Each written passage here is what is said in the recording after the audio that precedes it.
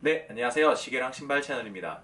오늘 리뷰할 영상은 바로 베이퍼맥스 플라이니트 3 제품입니다. 자, 어느덧 베이퍼맥스가 나온 지 한 4년 됐나요? 벌써 3 모델이 나왔네요. 자, 이 모델은 조금 할 말이 많습니다. 일단은 제가 편한 신발 시리즈로 넣긴 했는데 좀 고민을 많이 했어요. 이거를 편한 신발로 넣어도 되나 안 되나 고민을 하다가 편한 신발 시리즈로 넣긴 넣었습니다. 일단 편한 건 맞는 것 같아요. 근데 그 편한 애들 중에 제일 불편한 신발 정도라고 생각하시면 좋을 것 같습니다. 제 리뷰 보시는 분들은 알겠지만은 저는 좀 어떤 브랜드나 이런 거보다는 신발 자체에 중심을 두고 리뷰를 하는 스타일인데, 오늘은 저의 내피셜적인 얘기랑 그 다음에 에어맥스에 대한, 그 다음에 나이키에 대한 얘기를 조금 더 앞에 해보고자 합니다. 자, 우선 저는 이제 스니커를 시작하게 된 계기가 중학교 때 에어맥스 95에 빠지면서부터 시작을 했습니다. 이제 그 후로 95도, 97도 나오고 98도 나오고 2000도 나오고 에어맥스 몇 하면서 계속 출시가 됐었습니다. 이제 그러다가 제 기억에 2015년도인가 이 베이퍼맥스라는 게 처음 나오면서 꽤 히트를 쳤었죠. 원 같은 경우에는 거의 모든 모델이 다 빠지고 했었는데, 자 이제 3까지 나오면서 블랙이나 완전 올 화이트 아니면은 거의 품절이 안 되는 경우를 많이 보고 있습니다. 자, 그러면은 도대체가 왜 이렇게 괴랄한 에어 모양이 나올 수밖에 없었나? 이 에어 유닛이 이쁜가요? 에어라는 쿠셔닝 유닛은 불편한지언정 가장 아름답게 생긴 이제 쿠셔닝이라고 평하고 싶었는데, 얘는 글쎄요. 저는 솔직히 말하면 좀 괴랄하다고 해야 되나? 제가 디자인에 대한 얘기를 안 하는 이유가, 어떤 사람은 이 디자인이 예쁠 수도 있고 어떤 사람은 이 디자인이 안 예쁠 수도 있어요. 근데 그 디자인에도 약간 통상적이라는 게 있어요. 그러니까 열에 9이 예쁘다고 하는 거랑 한 열에 한 5명이 예쁘다고 하는 게 있는데, 얘는 열에 한 5명 정도만 예쁘다고 하는 모델입니다. 안타깝게도. 왜 이런 베이퍼맥스 같은 이런 축구화처럼 생긴 이상한 모델이 나올 수밖에 없었나? 나이키에서 가장 중요한 키워드 3개가 뭘까요? 자, 나이키라는 브랜드는 조던이랑 에어, 그다음에 하나 더 하면 저스트 두잇 정도? 특히 에어는 나이키의 모든 것을 대변하고 있는 브랜드 마케팅 네임이라고 해도 손색이 없다고 저는 생각을 합니다. 그만큼 이제 에어라는 유닛 자체가 갖고 있는 상징적인 의미가 굉장히 큽니다. 에어는 공기잖아요. 공기를 밟고 있어. 느낌이 벌써 어떠세요? 구름 위를 막 걷는 것 같은 그런 느낌이 상상되지 않으세요? 굉장히 좋은 마케팅적 용어였습니다. 그래서 그거는 공전의 히트를 쳤죠. 그 에어를 쓰고 이런 비주얼을, 이거 비주얼 에어라고 하잖아요. 보이는 에어. 벌써 몇 년이 지났어. 거의 30년 가까이 지났어요. 당시에는 에어가 참 뛰어난 기술이었을지 모르겠지만 현재는 에어는 그렇게 뛰어난 기술이 아닙니다. 에어는 솔직히 말하면 쿠셔닝 중에는 순위를 매기자면 거의 최하위라고 봐도 무방합니다. 무겁고 불편하고 쿠셔닝 자체도 별로예요. 멀리 갈 것도 없어요. 나이키 내에서도 리액트 쿠셔닝이 훨씬 우수합니다. 나이키가 무려 7년을 개발을 해서 나온 에어 유닛이라고 합니다. 나이키 정도의 연구력과 몸짓을 가지고 이 정도 유닛으로 만들었다는 거는 결국에 에어의 한계가 여기까지일지도 모르겠다라는 저는 개인적으로 생각이 듭니다. 이 유닛 자체가 저는 나쁘지는 않다고 생각은 해요. 편안합니다, 이 정도면은. 근데 이거보다 가볍고 좋은 쿠셔닝이 널리고 널렸다는 게 문제입니다. 그런데 워낙 나이키에서 갖고 있는 이 에어의 상징성이 크다 보니 에어를 버릴 수는 없어요, 갑자기. 왜냐면 자기들을 상징하는 쿠셔닝 시스템이니까. 실제로 이제까지 에어로 커왔고 나이키 입장에서는 딜레마가 생겨버린 거예요. 그래서 이런 기괴한 모델이 나왔다고 저는 생각을 합니다. 물론 제 내피셜입니다. 전부 다 제 내피셜이에요. 이거 다음에 나온 720 모델도 에어 유닛이 정말 괴랄하게 생기기 짝이 없습니다, 솔직히 말하면은. 글쎄요. 97이나 98에 들어간 에어 유닛이나 또 95에 들어갔던 에어 유닛에 비해서 아름답냐고 물어보면은 에어맥스를 좋아하던 사람으로서는 찹찹한 심정을 숨길 수가 없습니다. 공감하시는 분들일 수도 있고 안 공감하시는 분들도 계실 거라 생각은 해요. 이건 물론 개인적인 의견이기 때문에 참고 정도만 해주시면 좋을 것 같습니다. 넘버링 되어 있는 에어맥스는 실패한 지 꽤 오래됐고 사장된 모델도 굉장히 많은데, 그나마 베이퍼맥스가 이 에어맥스의 플래그십으로서 선방은 해주고 있다고 저는 개인적으로 생각을 합니다. 자, 그러면은 이 제품에 대해서 하나씩 좀 뜯어보도록 하겠습니다.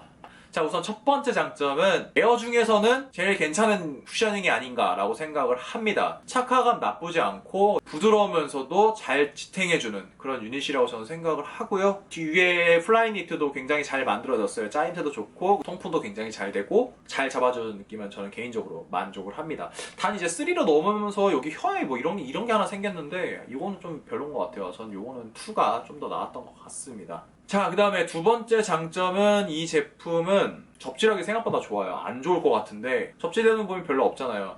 그러니까 에어맥스가 고질적인 좀 문제가 다른 에어맥스도 마찬가지지만 굉장히 미끄럽거든요. 근데 이 제품은 확실히 덜 미끄럽습니다. 아마 고무 소재를 좀 좋은 거를 쓴 것 같아요. 뭘 어떻게 됐는지 모르겠는데 아무튼 접지되는 부분이 적음에도 불구하고 많이 미끄럽지 않다는 것도 굉장히 장점이 될 수가 있을 것 같습니다. 그리고 요즘같이 이제 비가 많이 올 때는 비가 많이 오면 이 부분이 다 이제 물에 다 젖어도 상관없는 부분이라 공중에 떠있는 느낌으로 신으실 수 있다는 것도 장점이 될 수 있을 것 같습니다. 장점은 그 한 2가지 정도로 말씀드릴 수 있을 것 같습니다. 일단 착용감 편안하고 에어 유닛은 나쁘지 않다. 단점이 조금 더 많아요. 단점 말씀드릴게요. 자, 첫 번째 단점은 이게 소화하기가 참 쉽지가 않아요. 솔직히 말해 축구화처럼 생겼잖아요. 그래서 패션적으로 좀 약간 잘 소화하시는 분들은 잘 하시던데 저 같은 아저씨들은 이거 도대체 어디다 신어야 될지 잘 모르겠어요. 좀 애매합니다. 청바지나 뭐 면바지 이런 데 신어도 약간 저는 언밸런스하다고 느껴지고 확실히 요거는 운동할 때 신는 게 제일 예쁜 것 같아요. 평상적으로 뭔가 신을 때는 매칭하기가 쉽지가 않아서 트리플 블랙 같은 경우에는 어디에나 잘 어울리는 것 같은데 저는 좀 개인적으로 소화하기가 어려운 부분. 여성분들 같은 경우에는 레깅스 같은 경우에는 잘 어울리더라고요. 그래서 운동화로서의 느낌은 더 얘가 좋은 것 같아요. 일상화보다는.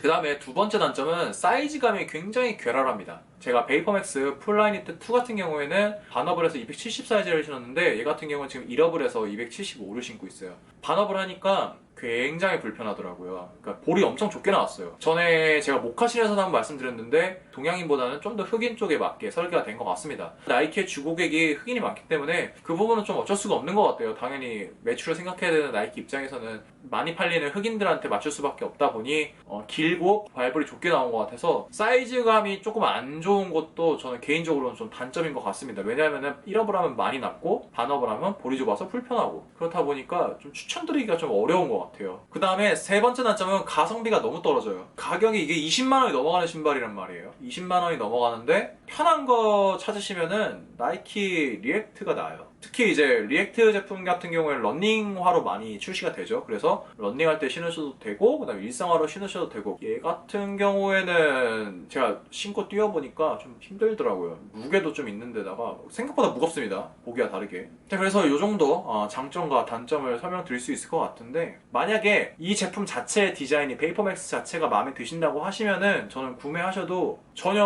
후회는 없으실 것 같아요. 그러니까 무슨 얘기냐면은 제가 좀 단점도 많고 막 앞에 막 주저리 막 브랜드 가지고 뭐 많이 까긴 했는데 신발 자체는 굉장히 잘 만들어졌어요. 그러니까 이게 비싸긴 하지만 뭐 만듦새가 구리고 뭐 돈값 못하냐 물어보시면 그건 아니에요. 잘 만들어진 신발이고 굉장히 편안한 착화감을 제공하는데 이제 문제는 이 가격대면은 얘보다 훨씬 더 좋은 애들이 많다는 거. 품절이 잘 안 돼요. 보면은 많이 남더라고요. 사이즈가. 개인적으로는 이런 소망이 있어요. 97이나 95의 그 섹시한 실루엣을 좀 유지하면서도 에어 유닛 자체가 좀 더 개선이 돼서 성능만 올라가는 그런 모습을 봤으면 좋겠는데 아까 초반에서 말씀을 드렸다시피 더 이상 기술의 발전이 어렵지 않나. 이 에어라는 한계는 이미 극명하게 나오지 않았나라는 생각이 듭니다. 자, 그러면은 한번 착용샷 보면서 좀 더 얘기를 해보겠습니다. 자, 베이퍼맥스 지금 신고 있습니다. 어떠세요? 일단은 쿠셔닝은 좀 통통 튀기는 신기한 느낌이 있긴 있어요. 통통거리는 느낌을 이렇게 막 일부러 이렇게 밟아보고 싶은 요건 되게 좋아요. 근데 아까 말씀을 드렸다시피 역시 나이키 리액트가 좀 더 나아요. 쿠셔닝 자체는.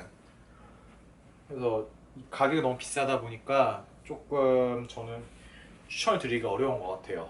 하지만 뭐 이 디자인이 마음에 드신다면은 선택하셔도 전 좋을 것 같습니다. 운동할 때는 되게 잘 어울리는 것 같아요. 일상화로는 조금 소화하기가 쉽지 않은데 진짜 운동할 땐 좀 많이 신습니다. 하체할 때 좋아요. 하체할 때 지지력이 굉장히 좋더라고요. 그래서 데드리프트나 뭐 이런 거 할 때는 전 이거 많이 신습니다. 신기는. 트리플 블랙 같은 경우에는 굉장히 인기 있는 거 아시죠? 트리플 블랙 같은 경우에는 뭐 엄청 인기 있어서 사실 구하기가 힘들 정도긴 한데 다른 컬러들은 뭐 그렇게 구하기 힘들거나 이런 건 없는 것 같아요. 이거 화이트 계열도 조금 구하기 힘든데 뭐 멀티 컬러 같은 경우에는 뭐 어디 가서나 사이즈 쉽게 보실 수 있기 때문에 구매 전에 한번 사이즈는 좀 신어보시는 거를 권장을 해드립니다. 앞에 좀 주저리주저리 말이 길긴 했는데 에어맥스를 굉장히 사랑하고 있는 아재로서 좀 아쉬운 감이 있었다 정도만 알아주시면 좋을 것 같습니다.